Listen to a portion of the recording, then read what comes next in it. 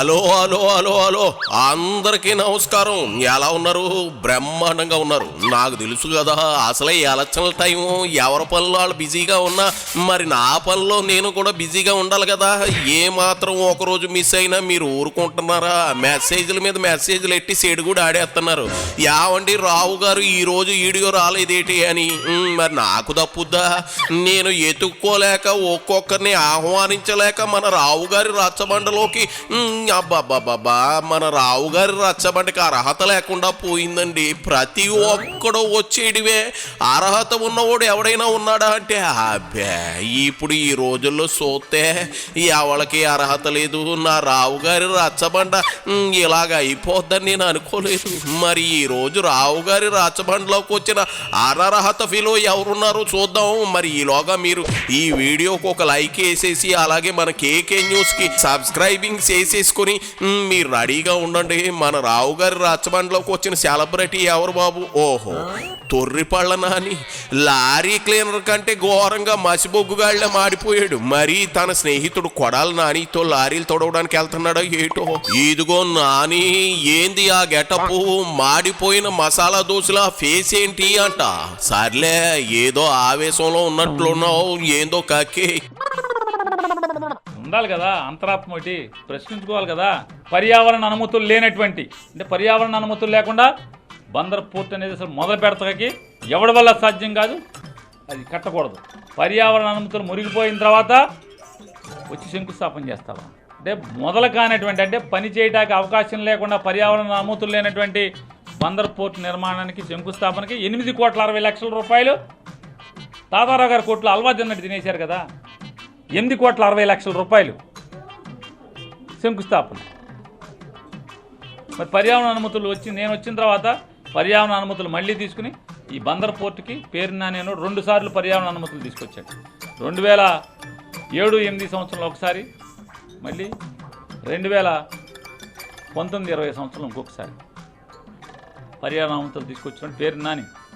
ఆ పర్యావరణ అనుమతుల మీటింగ్కి మీ కొనకల నారాయణ గారు కూడా వచ్చాడు. మీ తెలుగుదేశం వాళ్ళు చాలామంది వచ్చారు. ఇదిగో నాని, నీతో వచ్చిన తాంట ఇదేనయ్యా. అరే, పేర్లేని సినిమాలాగా ఉపోద్ఘాతం లేని పుస్తకంలాగా తాడు బొంగరం లేని కబుర్లు బళేగా చెబుతావు. ఎంతకీ బందర్ పోర్టు నీ వల్ల కదిలింది అంటావు, అంతేనా?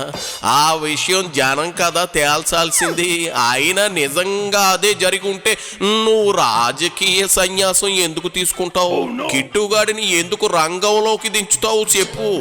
నీకు అంత సీన్ లేదని నీకు మా బాగా తెలుసులే. ఆయన వారసత్వ రాజకీయాలేంటి? ఇదేమైనా రాచరికమా? ప్రజాస్వామ్యం. ఇక్కడ రాచరిక పోకడలకు తావే లేదు. అంచేత ఇదిగో మూసుకుని అసలు మ్యాటర్ ఏంటో చెప్పాడు. నువ్వు ఎన్ని కుట్రలు చేసినా, రౌడీలతో, దుర్మార్గులతో, లేకపోతే రిఫ్రాఫర్లతో నువ్వు ఎన్ని గొడవలు సృష్టిద్దామని ప్రయత్నం చేసినా బందరు ప్రజలు జగన్మోహన్ రెడ్డి గారి పార్టీకి ఫ్యాన్ గుర్తుకు ఓటేయటానికి సిద్ధంగా ఉన్నారు. బందర్ ఎమ్మెల్యే, బందర్ ఎంపీ, జగన్మోహన్ రెడ్డి గారి ప్రభుత్వం, ఈ 3 కూడా రావటం ఖాయం. ఇంకోటి వచ్చి చెప్తున్నాడు బందర్ పోర్ట్ అంటే. ఈ బందర్ పోర్ట్కి అసలు ఎంపీకి సంబంధం ఏంటి అసలు? జగన్మోహన్ రెడ్డి గారు కర్త కర్మ క్రియ.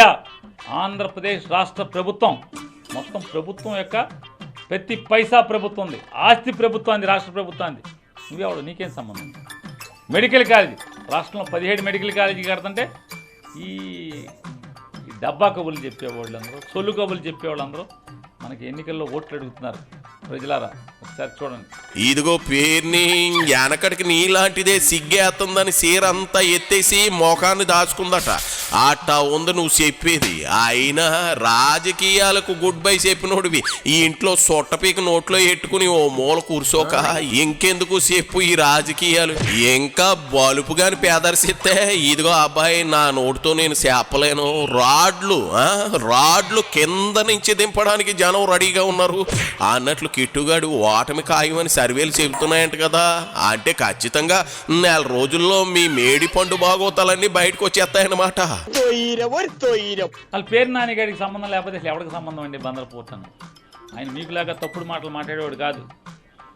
ఒకసారి కావాలంటే ఇల్లు అడుగును. విశ్వాసరావు ఆడితే చెప్తాడు బందర్ పోర్టుకి పేరు నానికి ఏంటో నవయుగ కంపెనీ వాళ్ళని. ఇవాళ ఏమి బందర్కి ఒక్క ఇటుకరాయి పని చేయనటువంటి ఇక్కడ చెప్తాను బందర్లో స్విమ్మింగ్ పూల్ అంట ఈ విధంగా కట్టాడు. బందర్లో స్విమ్మింగ్ పూల్ దాంట్లో స్నానం చేసేవాళ్ళని అడగా బాబు, రోజు స్విమ్మింగ్ ఈత కొడతాను అడుగు. శంకుస్థాపన నేను దాని పని పూర్తి చేసి రాజశేఖర రెడ్డి గారిని తీసుకొచ్చి 2008లో రాజశేఖర రెడ్డి గారితో ఓపెన్ చేయించింది నేను. నువ్వు రాజకీయాల్లోకి వచ్చింది 2009లో. ఇక ఈ రకమైనటువంటి పిట్టల దొర కౌరులు, ఈ పిట్టల దొరలని మనకి ఎన్నికల్లో ఓట్లు అడుక్కుండా వస్తున్నారు.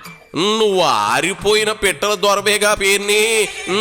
మీ నిషా దిగే రోజులు చాలా దగ్గరలోనే ఉంది, చూస్తా ఉండు. బందర్ అంటే పేరుని అంటే బందర్ అన్నట్లు మాట్లాడుతూ ఉన్నావు. నీకు అంత సీనే ఉంటే నువ్వెందుకు పోటీ నుంచి తప్పుకుంటావు చెప్పు.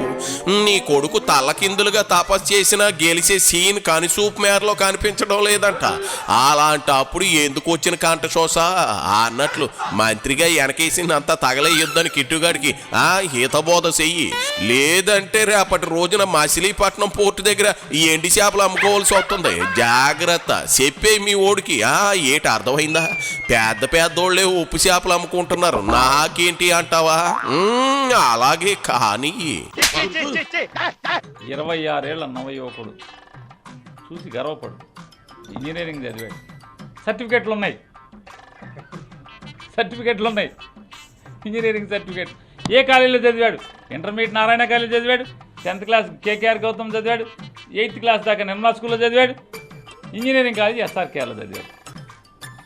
సర్టిఫికెట్లు ఉన్నాయి, ఇంజనీరింగ్ సర్టిఫికెట్లు ఉన్నాయి.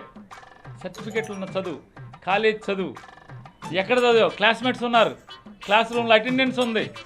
మంచి యువకుడు బందర్కి ఏదో చేద్దామని తపంతో వస్తున్నాడు. చేతనైతే దమ్ముగా ఎదుర్కో, ప్రజల దగ్గరికి వెళ్ళు. ఇట్లాంటి తప్పుడు కుట్రలు చేసి రౌడీల్ని ఆళ్ళని ఇళ్లలో కూర్చోబెట్టి అతను రథం మీద వెళ్తుంటే ఆ రథం వెనకాల నడుస్తున్నటువంటి జనాల మీద రెచ్చగొట్టి వాళ్ళని కొట్టి ఇంకా ఎదురు తప్పుడు కేసులు పెట్టి ఎవడన్నా అడిగి ఈ బందర్లో నువ్వు చెప్పే నువ్వు ఎవడైతే భుజాన్ని వేసుకుని నువ్వు ఇంకొకడు కలిసి వాళ్ళ ఇళ్ళకి వెళ్ళారో వాళ్ళ తీరేంటి, వాళ్ళ తెన్నేంటి, వాళ్ళ రౌడీలా పోరంబోకులా ఆ పేటలు ఎవరినైనా చెప్తాడు. లక్ష్మణరావుపురం దగ్గర నుంచి నీ ఇష్టం చిలకలపూడి పోలీస్ స్టేషన్లో అడుగు, కానిస్టేబుల్స్ నడితే చెప్తారు. నీది మీ ఓడిది గాన చరిత్ర ఊరంతా చెబుతారంటున్నావు. అంత యాదవలా మీరు? నాకు తెలియక అడుగుతూ ఉన్నాను. అంత వేస్ట్ మోకాలా? అది కాదు పేరుని, పదే సర్టిఫికెట్స్ ఉన్నాయంటున్నావు. కొంపదీసి అవి దొంగ సర్టిఫికెట్లు కాదు కదా. ఊరకే భుజాలు తడుక్కుంటుంటే నాకే డౌట్ వచ్చిందిలే. సరే, ఎవడి జాతకాలు ఏంటో బయటపడేందుకు సమయం ఆటే లేదులే గాని చూస్తా ఉండు. ముందు ఆ డ్రైనేజీ మూతలు ఎత్తుకెళ్లే వాళ్ళగా ఉన్న ఫేస్ కాస్త కడుక్కో, లేక సాత్తనం. ఇక సాల్నైనా నీ సొల్లు వెళ్ళి అదిగో ఆ కొడుకు ముందు గొల్లుమను. ఏంటి ఇక బయలుదేరు, పోవయ్యా తొర్రి పీర్ని పో.